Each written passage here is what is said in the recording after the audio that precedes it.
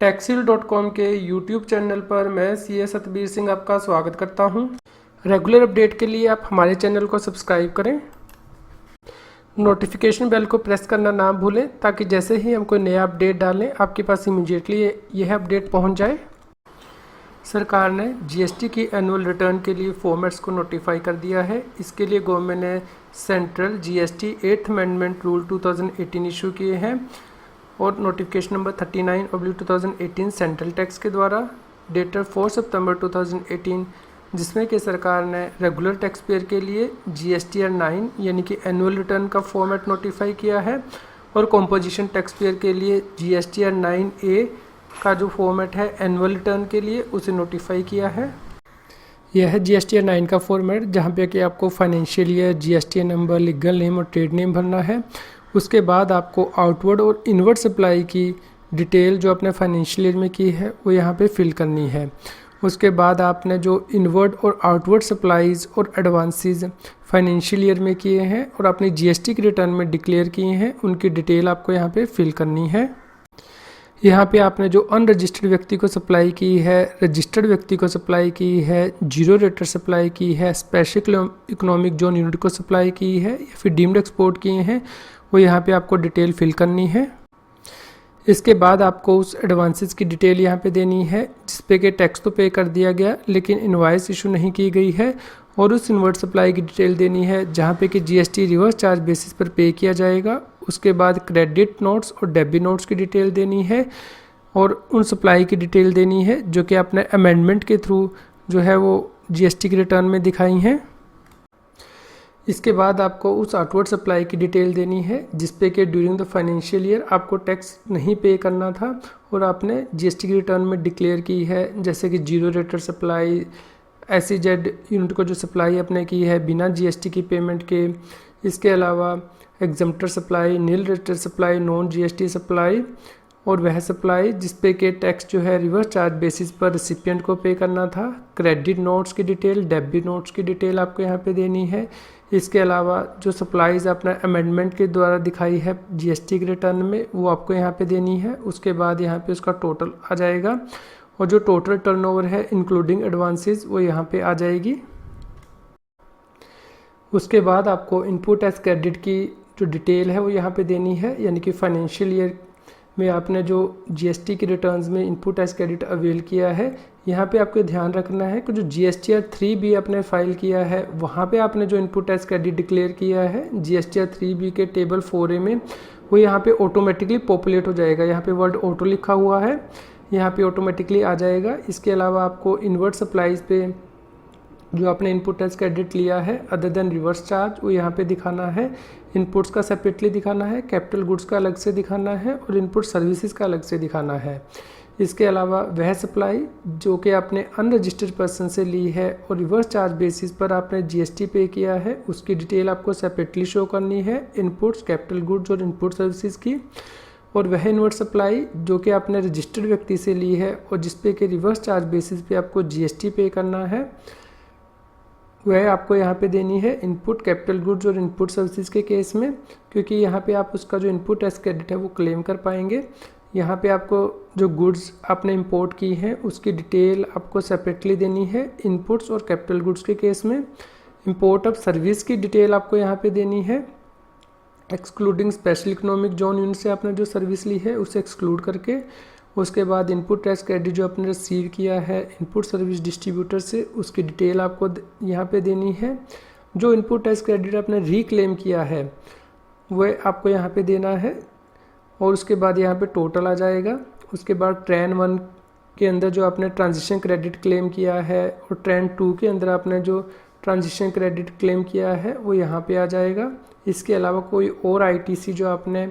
Claim किया है जो कि ऊपर स्पेसिफाई नहीं किया गया है वो यहाँ पे आ जाएगा और उसके बाद यहाँ पे टोटल आ जाएगा। यहाँ पे आपको ये ध्यान देना है कि जो पॉइंट नंबर J है यानी कि जो डिफरेंस है वो कंप्यूटर ऑटोमेटिकली निकाल लेगा, यानी कि जो इनपुट टैक्स क्रेडिट आपने अपनी जीएसटीआर 3B के रिटर्न में डिक्लेयर किया है और जो आप यहाँ पे देंगे पॉइंट नंबर B से लेके पॉइंट नंबर H तक उसका टोटल कर लिया जाएगा और उसके बाद जो डिफरेंस है वो यहाँ पे आ जाएगा। उसके बाद आपको उस इनपुट टैक्स क्रेडिट की डिटेल देनी है जो आपने रिवर्स कर दिया है और जो कि in eligible input tax credit है और आपने अपनी जीएसटी के रिटर्न्स में डिक्लेयर किया है, जैसे कि रूल 37 के अकॉर्डिंग, रूल 39, रूल 40, रूल 43 या फिर सेक्शन 17 सब सेक्शन 5 के अकॉर्डिंग इन एलिजिबल जो इनपुट टैक्स क्रेडिट होता है, ट्रेन 1 ट्रेन 2 के अकॉर्डिंग जो रिवर्सल आपने किया है या कोई और रिवर्सल आपने किया है, और यहाँ पे जो है net ITC available for utilisation उसकी फिगर आ जाएगी। इसके बाद अदर आईटीसी रिलेटेड इन्फॉर्मेशन जो है वो यहाँ पे ऑटोमेटिकली आ जाएगी, यानी कि जो जीएसटीआर 2A है उसका जो टेबल नंबर 3 एंड 5 है उसकी इन्फॉर्मेशन यहाँ पे ऑटोमेटिकली कंप्यूटर के द्वारा फैच कर ली जाएगी। यह है जीएसटीआर 2A। यहाँ का जो टेबल नंबर 3 है, यानी कि जो रजिस्टर्ड पर्सन से आपने सप्लाई की है inward supply other than reverse charge, उसकी जो इन्फॉर्मेशन है वो कंप्यूटर ऑटोमेटिकली ले लेगा आपके एनुअल रिटर्न में। इसके अलावा जो टेबल नंबर 5 की इन्फॉर्मेशन है debit and credit note including amendment, उसकी डिटेल भी कंप्यूटर ऑटोमेटिकली आपकी जीएसटी की एनुअल रिटर्न में फैच कर लेगा। इसके बाद जो ऊपर टेबल दिया गया है 6B और 6H, उसकी इन्फॉर्मेशन यहाँ पे ऑटोमेटिकली आ जाएगी, यानी कि 6B जो टेबल है वो कहता है कि जो आपने इनवर्ट सप्लाई की है other than import and inward supply, जिसपे कि रिवर्स चार्ज के अंदर जीएसटी आपको पे करना होता है, उसको छोड़कर ये जो इन्फॉर्मेशन है 6B की वो नीचे ऑटोमेटिकली चली जाएगी। इसके अलावा जो 6H की इन्फॉर्मेशन है, यानी कि आपने जो आईटीसी रिक्लेम किया है उसकी इन्फॉर्मेशन जो है वो यहाँ पे आ जाएगी टेबल 8B के अंदर। इसके बाद आपने जो आईटीसी इनवर्ट सप्लाई पे रिसीव कर लिया है फाइनेंशियल ईयर 2017-18 पे, लेकिन आपने अवेल अप्रैल टू सितंबर 2018 में किया है, उसकी डिटेल आपको यहाँ पे देनी है। जिसके बाद के डिफरेंस आ जाएगा A minus B plus C, यानी कि जो आपकी जीएसटीआर 2A में आईटीसी आ रहा है उसमें से B और C जो पॉइंट है उसको लेस कर दिया जाएगा, जिसमें से कि आपको ये बताना होगा कि आईटीसी अवेलेबल कितना था, लेकिन आपने जो है वो अवेल नहीं किया है, और आईटीसी अवेलेबल कितना था लेकिन इन एलिजिबल है, उसकी डिटेल आपको यहाँ पे देनी होगी। इसके बाद आपने जो इंपोर्ट ऑफ गुड्स पर आईजीएसटी पे किया है उसकी डिटेल यहाँ पे आ जाएगी। उसके बाद जो पॉइंट नंबर 6E के अकॉर्डिंग गुड्स की इंपोर्ट पे आईजीएसटी अवेलेबल है वो यहाँ पे ऑटोमेटिकली जो है पॉपुलेट हो जाएगा,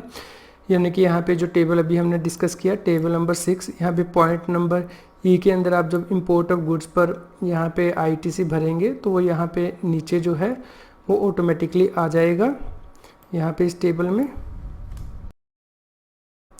उसके बाद यहाँ पे सिस्टम के द्वारा ये आईटीसी जो है ऑटोमेटिकली रिवर्स कर दिया जाएगा, यानी कि पॉइंट नंबर I के अकॉर्डिंग, यानी कि जो इंपोर्ट ऑफ गुड्स के ऊपर आईजीएसटी आपने पे किया है वो यहाँ पे ले लिया जाएगा, और उसके बाद आप जब इस एनुअल रिटर्न में इंपोर्ट ऑफ गुड्स पर जो आईजीएसटी डिक्लेयर करेंगे उनका डिफरेंस निकाला जाएगा, और यदि एक्सेस आता है तो यहाँ पे उसे रिवर्स कर दिया जाएगा, और उसके बाद जो आईटीसी लैप्स होगा फाइनेंशियल ईयर में उसकी जो फिगर्स हैं वो ऑटोमेटिकली कैलकुलेट हो जाएंगी। इसके बाद आपने जो फाइनेंशियल ईयर में टैक्स पे किया है, जीएसटी पे किया है, उसकी डिटेल आपको यहाँ पे फिल करनी है। इसके बाद आपको उन ट्रांजैक्शन की डिटेल देनी है जो कि पिछले फाइनेंशियल ईयर से बिलोंग करती हैं, लेकिन आपने अप्रैल से सितंबर का जो फाइनेंशियल ईयर है करंट फाइनेंशियल ईयर उसमें आपने ये जो ट्रांजैक्शन है वो डिक्लेयर की हैं, या फिर एनुअल रिटर्न को फाइल करने से पहले की जो डेट है 24 में से पहले हो उस डेट तक आप जो ट्रांजैक्शन डिक्लेयर करेंगे उनकी आपको डिटेल यहाँ पे देनी है। इसके बाद आपने जो डिफरेंस टैक्स पे किया है, क्योंकि आपने यहाँ पॉइंट नंबर 10 और 11 में जो सप्लाई डिक्लेयर की है उसकी वजह से उसकी डिटेल आपको यहाँ पे देनी है। उसके बाद आपको जो रिफ़ंड और डिमांड की डिटेल है वो यहाँ पे इस टेबल में देनी है, यानी कि टोटल रिफ़ंड आपने क्लेम कितना किया है, कितना रिफ़ंड सेंक्शन किया गया है, कितना रिफ़ंड रिजेक्ट हो गया है, उसकी डिटेल आपको यहाँ पे देनी है, जिससे कि आप अपनी स्क्रीन पर रेफ़र कर सकते हैं। इसके बाद आपने जो कंपोजिशन टैक्स पेयर से सप्लाई रिसीव की है, या फिर गुड्स जो आपने अप्रूवल बेसिस पर भेजी हैं, या फिर डीम्ड सप्लाई जो की है उसकी डिटेल देनी है, और जो आउटवर्ड सप्लाई आपने की है उसकी HSN वाइज आपको समरी यहाँ पे देनी है। इसके बाद आपको जो इनवर्ट सप्लाई आपने की है उसकी HSN वाइज समरी देनी है। जो लेट फीस पेबल और पेड है उसकी डिटेल आपको यहाँ पे देनी है और इस फॉर्म को जो है वो वेरीफाई करना है। इसके अलावा आप इस फॉर्म के इंस्ट्रक्शंस को भी रेफ़र कर सकते हैं, जो कि यह कहता है कि आपको डिटेल जो है जुलाई 2017 से मार्च 2018 के पीरियड के लिए इस रिटर्न में देनी है। इसके अलावा जो डिफरेंट टेबल यहाँ पे आपको फिल करने हैं उन्हें किस प्रकार फिल करना है और वहाँ पे उन टेबल्स का के अंदर जो इन्फॉर्मेशन है वो कैसे फीड करनी है, उसके लिए आप इन इंस्ट्रक्शंस को रेफ़र कर सकते हैं जो कि आप अपनी स्क्रीन पर देख रहे हैं।